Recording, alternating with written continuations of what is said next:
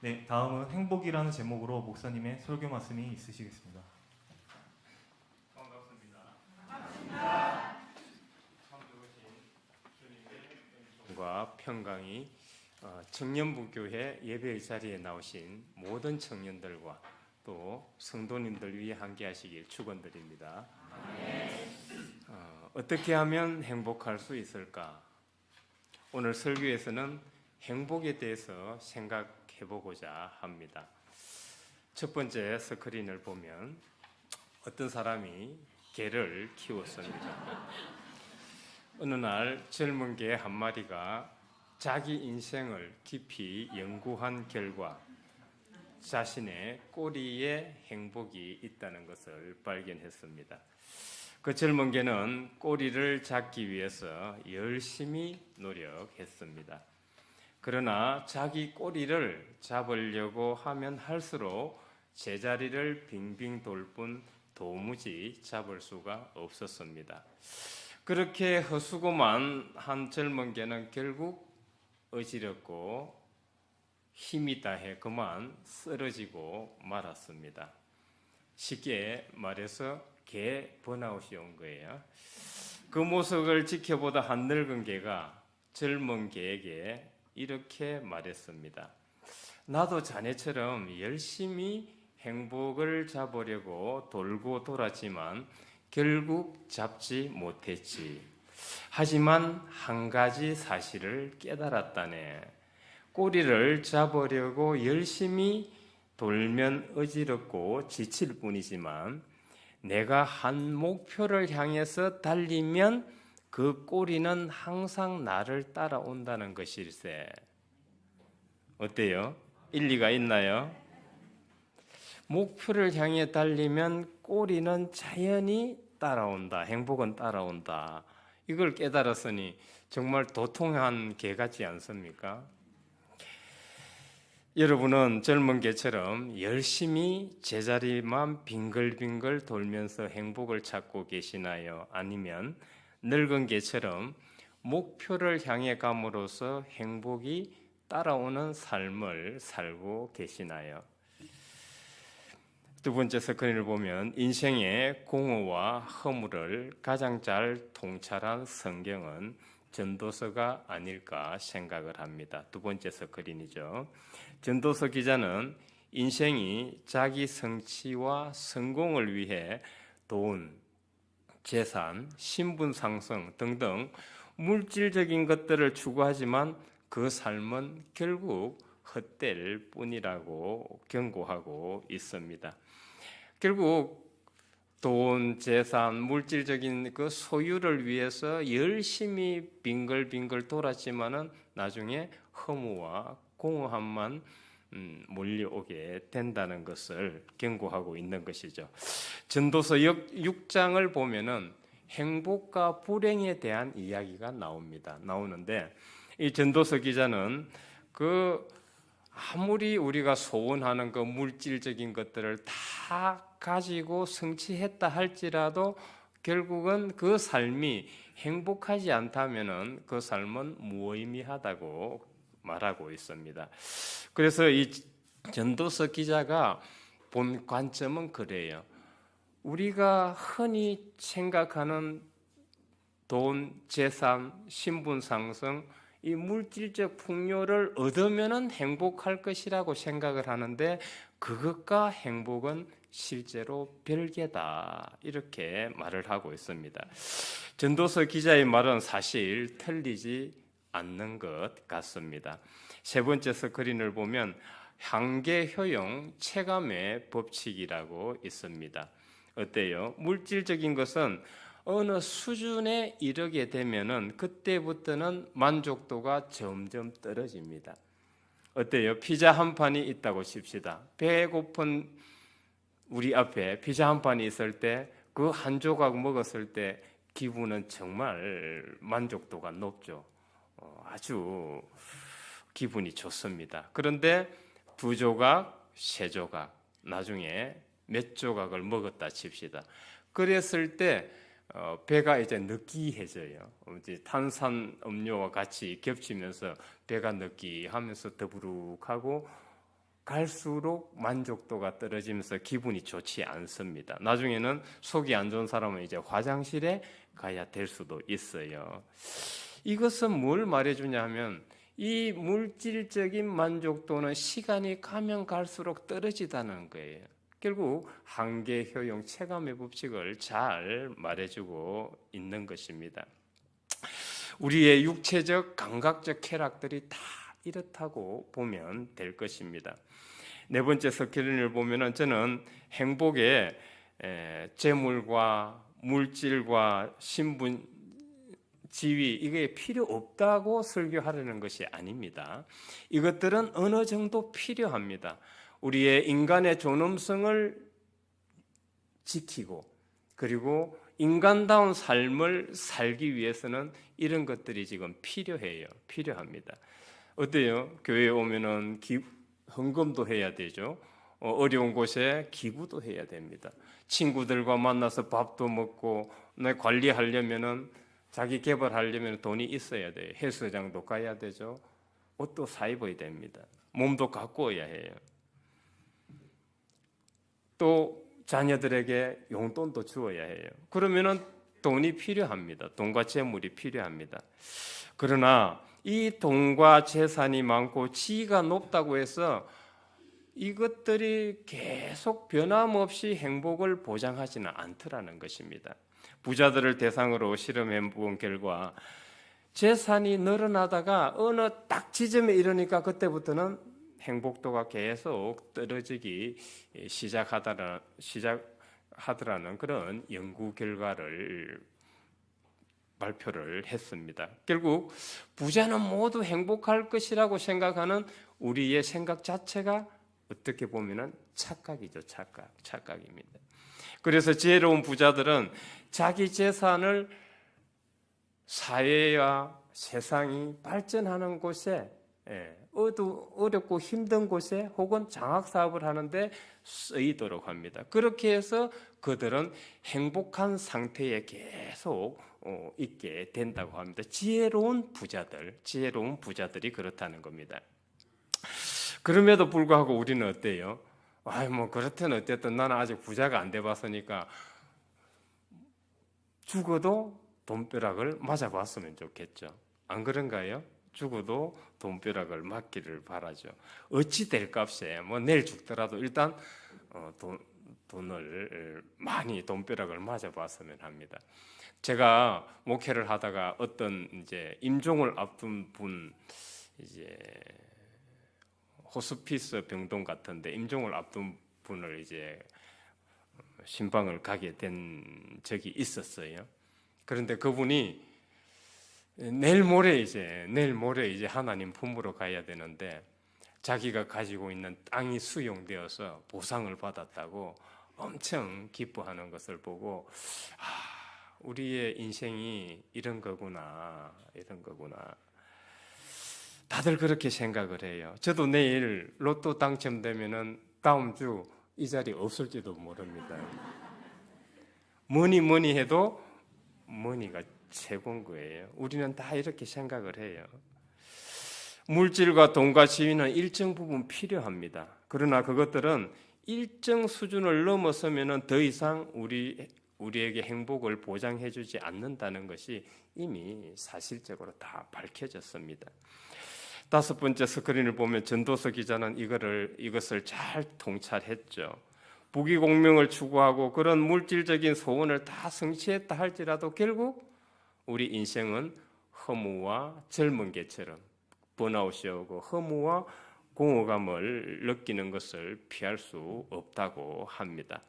이것을 알면서도 우리는 그럼에도 불구하고 돈과 재산과 물질적 풍요를 계속 추구하면서 삽니다. 왜냐하면 그 강박관념에서 벗어나지 못해요. 우리의 뇌라는 것이 그래요. 한번 그게 각인이 되면은 그 사람이 예전에는 그렇지만 지금은 변했어요. 바뀌었단 말이에요. 바뀌었는데도 불구하고 그 바뀐 모습을 보지 않고 예전에 그 사람은 그랬다면서 계속 그런 선입견과 편견을 가지게 되는데 우리의 뇌라는 것이 이게 한번 각인되면은 실상 바꾸기가 쉽지가 않은 거예요. 그래서 마찬가지로 이런 설교를 듣고 또 이론을 공부하고 하지만은 여전히 강박관념에 사로잡혀서 돈, 재산, 물질적 풍요 이게 행복이다. 이렇게 우리는 그 공식대로 살아가려고 하고 있습니다. 그래서 전도서 기자는 이제 그렇게 해서는 그 행복을 얻지 못한다. 참된 행복은 결국 하나님을 깨닫고, 그러니까 누가 믿으라 해서 믿는 게 아니에요. 그렇게 해서는 행복해지지는 않고 하나님을 깨닫고 스스로 하나님을 경외하는 삶을 살 때 비로소 참된 행복의 상태에 있게 된다고 전도서 기자는 강조하고 있습니다. 즉 신앙과 믿음의 관점에서 본 거죠. 그럼 전도서 기자는 그렇게 봤다 치고 철학자들은 어떻게 행복을 보았을까요? 많은 철학자들이 있는데 그 중에서도 행복에 대해서 깊이 사유한 철학자는 고대 그리스 에피쿠로스를 들 수가 있을 것입니다. 그는 행복의 목적은 인생의 그 삶의 목적은 근본 목적은 행복을 추구하는 데 있다라고 단언할 정도로 행복을 깊이 사유하고 강조했던 철학자이죠. 그러면 그는 행복하려면 어떻게 해야 되는가? 우리의 그런 욕망, 필요 없는 욕망을 줄여야 행복해진다 그래요. 필요 없는 욕망. 어때요? 우리 인간의 욕망은 실제로 한도 끝도 없이요.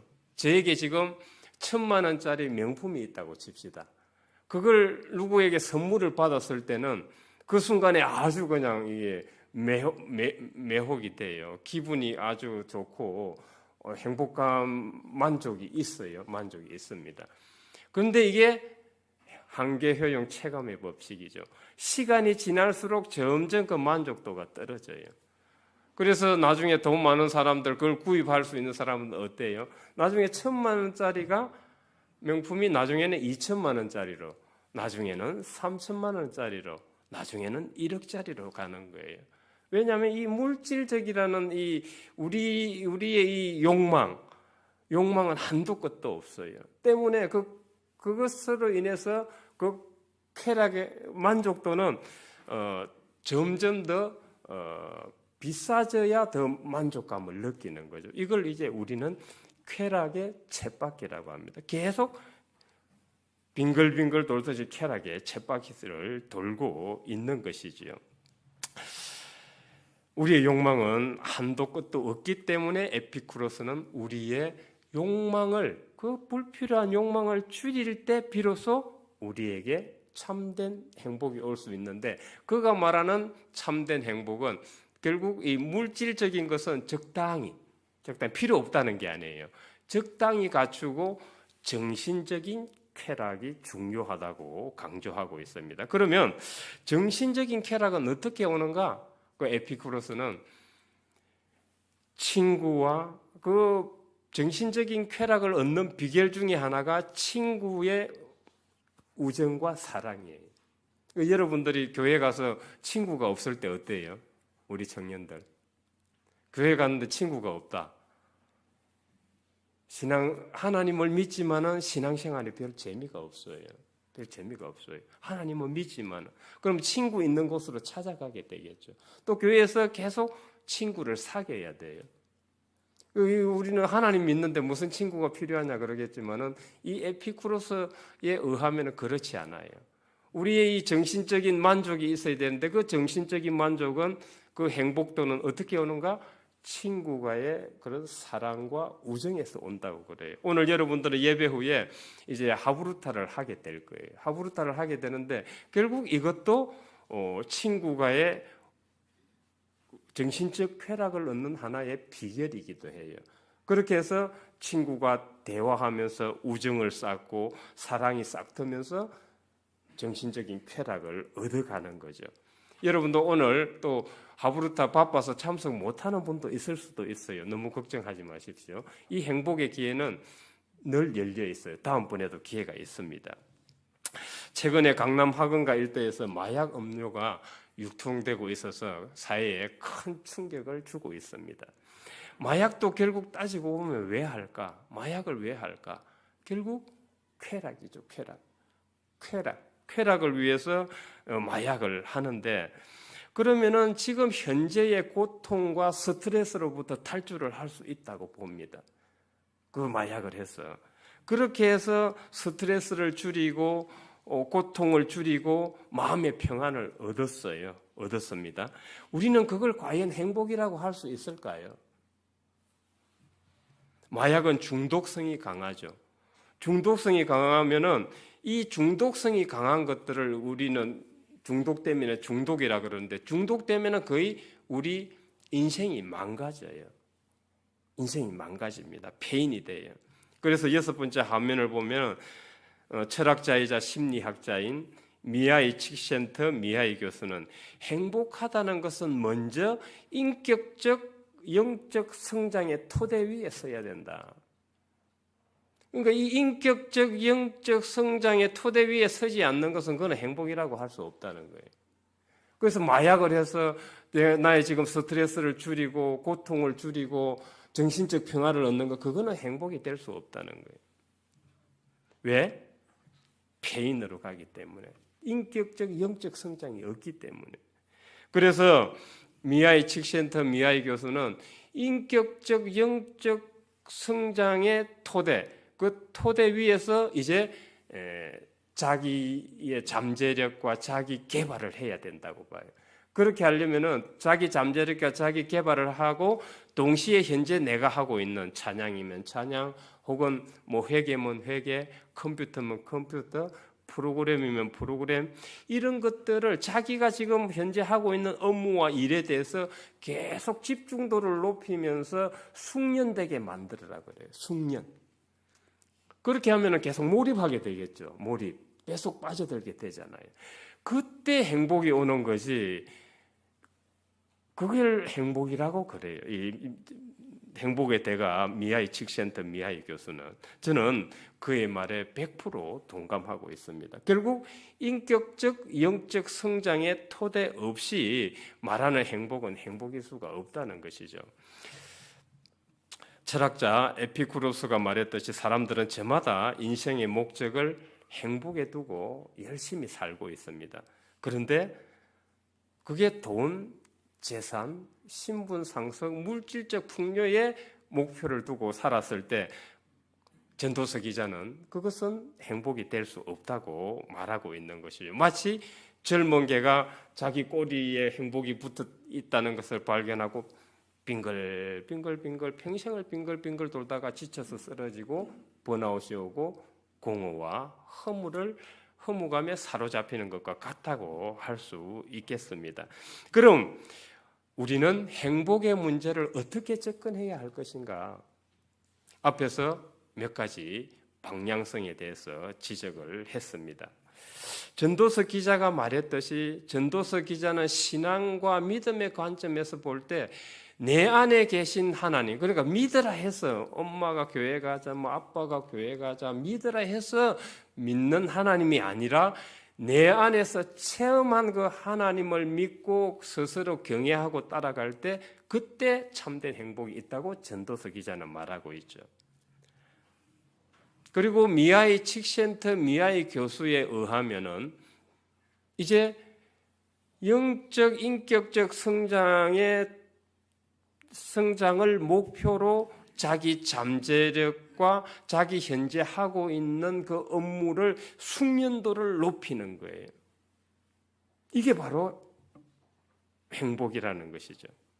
이걸 잘 보여줬던 인물이 오늘 성경에 나오는 사도 바울입니다. 다음 스크린을 보면은 사도 바울의 목표는 분명했어요. 오늘 14절에 보면은 표대라 그러는데 저 표대가 목표예요. 목표. 표대를 향해서 가는데 그 표대가 뭐냐 하면은 예수 그리스도의 십자가와 부활이에요. 요약하면 딱 두 가지예요. 십자가와 부활이에요. 그걸 누가 뭐 십자가와 부활을 믿으라 해서 믿은 게 아니라 앞서 말했듯이 자기 안에서 스스로 십자가와 부활을 체험을 했던 것입니다. 사도 바울에 대해서 잠시만 제가 얘기를 할게요. 사도가 되기 전, 즉 그리스도 제자가 되기 전 바울은 어떤 사람이었어요? 예수를 믿고 예수와 예수를 믿는 사람들을 이단으로 몰아서 박해했던 사람이죠. 그렇죠? 그런데 그 사람이 어떻게 변했어요?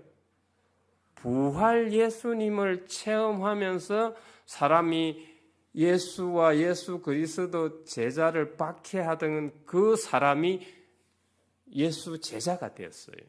180도로 바뀌. 이 불가사의한 일이죠. 불가사의. 하나님만이 하실 수 있는 일이에요. 하나님만이. 이 내면의 프레임 자체가 완전히 바뀌어 버린 거예요. 그럼 뭐예요? 과거의 바울은 죽은 거예요. 과거의 바울은 십자가에 매달려서 죽은 거예요. 예수 그리스도의 십자가와 부활이 예수 한 분 안에서만 일어난 게 아니라 그 십자가의 부활 사건은 사도 바울 안에서도 일어난 거예요. 과거의 사도 바울은 죽고 새로운 사도 바울이 탄생한 거예요. 그래서 사도 바울은 자기가 죽고 그리스도가 부활해 계신 것을 체험했기 때문에 그 신앙을 목표로 살았고 그것을 전하는데 자기 평생을 투자를 했던 것입니다. 그게 사도 바울의 삶이에요.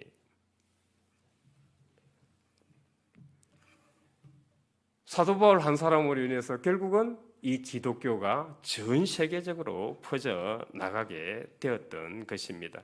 그 한 사람, 영적으로 거듭난 한 사람의 그 에너지가 얼마나 강력한지는 우리는 생각을 해보게 됩니다. 그러면 사도 바울이 부활 예수님을 통해서 그의 내적 프레임, 영적 인격적 프레임이 완전 바뀌어버린 거예요. 완전 바뀌었는데 결국은 우리가 인격적, 영적으로 바뀌려면 우리의 영적 생명, 우리의 내적 프레임이 바뀌려면 결국 우리 안에 그리스도가 들어오셔야 된다는 얘기예요. 우리 안에 그리스도가 들어오셔야 된다. 그럼 어떻게 우리 안에 그리스도가 들어올 수 있는가? 8번째 화면을 보면은 나의 생명이 영적 생명이 그분으로 인해서 변화될 수 있다는 것을 깊이 신뢰를 해야 돼요.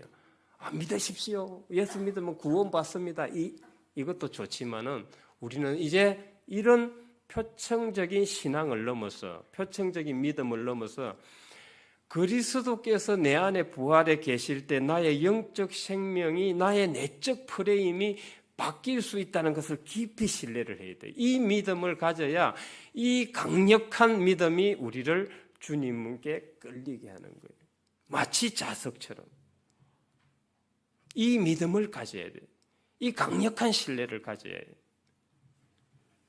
이것이 부활신앙이에요. 예수 그리스도가 우리 안에 부활해 계신 이 부활신앙이에요. 우리는 부활신앙 그러면 내가 나중에 죽어서 내 영혼이 천국 가고 내가 다시 살아나가 천국 간다. 이것만 생각할 수 있는데 부활신앙은 바로 지금 현재 그리스도께서 내 안에 살아계시고 나의 내적 프레임이 새롭게 바뀌는 것. 이 부활신앙이에요. 사도 바울은 이 목표를 향해서 달려갔고 그것을 사람들에게 전했던 거예요.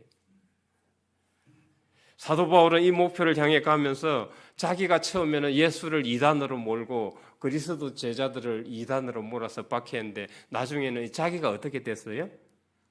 자기가 이제 이단이 돼가지고 박해받았잖아요. 그래서 감옥에도 가고 유대인들은 이제 정죄할 때 돌을 던져서 좀 잔인하죠, 그죠? 돌을 던져가지고 사람을 그냥 이제 이단으로 몰린 사람은 돌을 던져서 죽여요. 그래서 돌에 맞아서 쓰러지기도 했어요. 넘어가 버린 거예요. 거의 죽을 지경에 처하기도 했고, 감옥에 갇히기도 했고, 오늘 오늘 말씀이 빌립보서에서 나온 말씀인데 옥중서신이에요. 그런데 사도 바울이 그렇게 고난과 역경과 환난과 고통 속에 있었는데 어떻게 범사에 감사했을까요? 어떻게 항상 즐거워했을까요? 여러분, 이 아이러니 아니에요? 이게 가능할까요? 가능하다고 생각해요? 여러분, 옥중에 있으면서 아이고 하나님, 왜 저는 하나님께 충성을 다했는데 저를 버리십니까? 우리는 대부분 이렇게 생각을 하지. 왜 저에게 병을 주십니까? 왜 저에게 경제적인 것을 주지 않습니까? 우리는 이렇게 얘기를 하지. 범사에 감사하고 항상 기뻐할 수가 없어요. 우리 수준에서는. 근데 어떻게 이렇게 될 수가 있는가? 바로 목표가 있었기 때문에 그 기쁨과 감사와 행복은 자연히 따라왔던 거예요. 마치 늙은 개가 목표를 향해 가면 행복이 따라온다고 했듯이 그 이치를 사도 바울은 우리에게 가르쳐주고 있습니다. 다음 스크린을 보겠습니다. 다음 스크린을 보면은 이제 의식 지도가 나오죠. 의식 지도가 나오는데 여러분 복잡할 것 같은데 뭐 그렇게 복잡하게 생각하지 않으셔도 돼요. 우리의 의식은 데이비드 호킨스 박사는 의식 전문가예요. 우리는 지금 의식 그러면은 뭐 아이고 뭔가 보이지도 않는데 이렇게 생각하는데 의식은 측정이 가능해요. 여기 앉아 계신 분들 의식 측정하면 다 측정할 수 있어요. 얼마나 나올 것 같아요? 바닥에 있으면 어떻게 되겠어요? 측정 하나마나 뻔해요. 수치심. 나 지금 수치스럽고 죄스럽다 그러면은 완전 지금 바닥 상태에 있어요. 슬픔, 두려움, 분노 속에 있다면은 지금 거의 바닥 상태에 있어요. 내 의식이. 이럴 때 여러분 어때요? 이럴 때 몸에서 안 좋은 호르몬과 분비물들이 나오면서 나를 더 안 좋게 만들어요. 메커니즘이 그래요. 우리의 생체 메커니즘이 그래요. 그래서 내가 지금 의식 상태가 내가 오늘 설교를 듣고 나도 이제 부활신앙을 가지고 뭔가 영적 생명이 새로워지겠다. 나도 할 수 있겠구나. 이 용기를 가지면 여러분들은 지금 의식이 지금 급상승한 거예요. 그랬을 때 지금 여러분 행복도를 한번 보세요. 빨간 부분에. 행복도가 용기가 생겼을 때 행복도가 얼마가 올라가요? 거의 절반 정도가 올라가요. 그래서 여러분 무슨 일이 있든지 그리스도 안에서 용기를 가지시기 바랍니다. 할 수 있다. 그리스도께서 도와주신다. 이 용기를 가지시기 바랍니다. 이 용기를 가질 때 하나님의 영과 접속을 해요. 접속을 하게 되면서 행복도가 그때부터 정서가 긍정적으로 바뀌고 행복도가 올라가요. 이건 사실이에요. 제가 그냥 거짓 연구 결과를 가지고 이야기를 하는 거예요. 거짓을 말하는 게 아닙니다.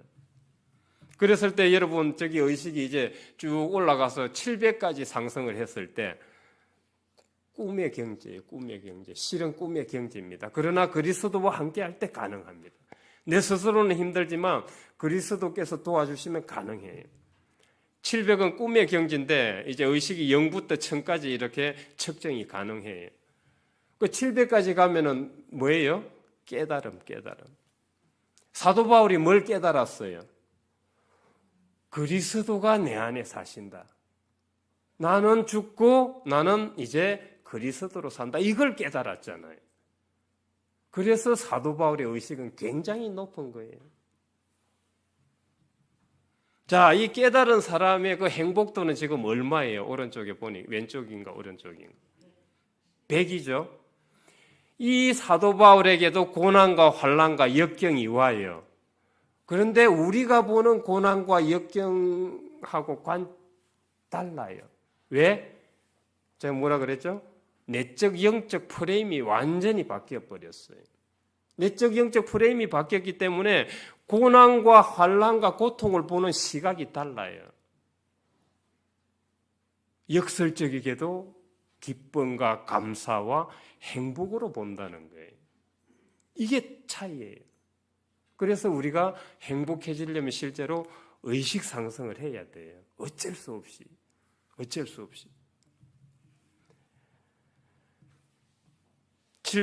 사도 바울과 같은 700의 의식을 가진 사람 한 사람이 있으면 많은 사람들이 혜택을 받습니다. 많은 사람들이 그 에너지의 혜택을 받아요. 10번째 화면을 보면은 우리는 마더 테레사 수녀를 잘 압니다. 마더 테레사 효과라고 들어보셨죠? 들어보셨어요. 마더 테레사가 활동한 동영상, 봉사활동한 동영상만 보고 측정을 해봤더니 몸에 면역세포가 증강된다는 것이 규명되었어요. 결국 마더 테레사도 데이비드 호킨스 박사에 의하면 의식 수준이 되게 높다고 측정이 되었어요. 그러니까 그런 분 옆에 가면은 행복해져요. 여러분들도 저 옆에 오세요. 저 옆에 오세요. 행복한 사람 옆에 가야 돼. 행복한 사람 옆에 막 불평불만하고 비난하고 짜증투로 이야기를 하고 수치심과 죄책감 속에 사로잡혀 있는 사람들 옆에 가면은 나도 불행해져요. 그래서 행복한 사람 옆에 가야 되고 행복한 사람들이 쓴 책을 읽어야 돼요. 즉 의식이 높은 사람 책을 읽어야 돼요. 그래서 좋은 책을 읽어야 되는 거예요. 아무 책이나 읽으면은 안 됩니다. 이 의식이 높은 사람들, 사도 바울과 이런 의식이 높은 사람들의 특징이 뭐냐 하면은 공통점이 그리스도와 하나 되는 삶을 살았어요. 내 안에 부활에 계신 그리스도를 깊이 신뢰하고 나의 영적 생명과 인격적 성장을 이루어 갔던 그 삶을 살았어요. 이걸 우리는 원복이라고 해요. 원복 신앙이라고 그래요. 여러분도 원복 아마 들어보신 분도 있고 안 들어보신 분도 있을 건데 원복의 반대가 뭐예요? 원죄. 우리 교회는 지금까지 원죄를 너무 강조했어요. 죄인입니다. 회개해야 됩니다. 기도할 때마다 죄인 기도 드렸습니다. 그래 그분 그때 기도 끝나고 나서 뭐 달라지는 게 있던가요?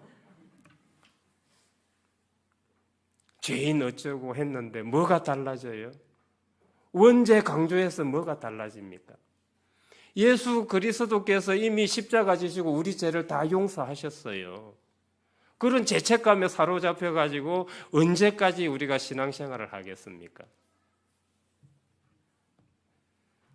우리는 이제 원복 신앙을 회복해야 됩니다. 창세기에서 하나님께서 하나님의 형상으로 우리를 창조를 하셨는데 그 하나님의 형상이 지금 먼지로 수두룩하게 덮여 있는 거예요. 발휘를 못하고 있어. 부활에 계신 그리스도의 힘을 빌어서 이 하나님의 형상을 피우는 삶을 살아야 돼. 그게 원복 신앙이에요. 그랬을 때 인격적, 영적 성장을 이루어가는 것입니다. 우리는 이 목표를 실제로 살아야 돼요. 우리 기독교 성인의 그러니까 행복의 천재들은 이 삶을 살았어요, 실제로.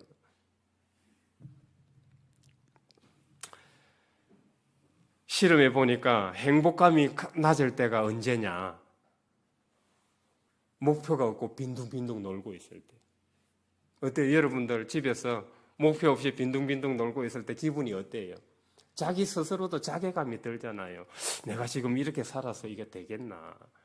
우리 인간은 하나님의 형상으로 창조되었기 때문에 계속 발전적인 삶을 살 때 그때 행복해요. 그때 행복하다고. 그렇지 않고 빈둥빈둥 놀고 있거나 목표가 없거나 그냥 발전이 없는 상태로 있으면 계속 불행해져요.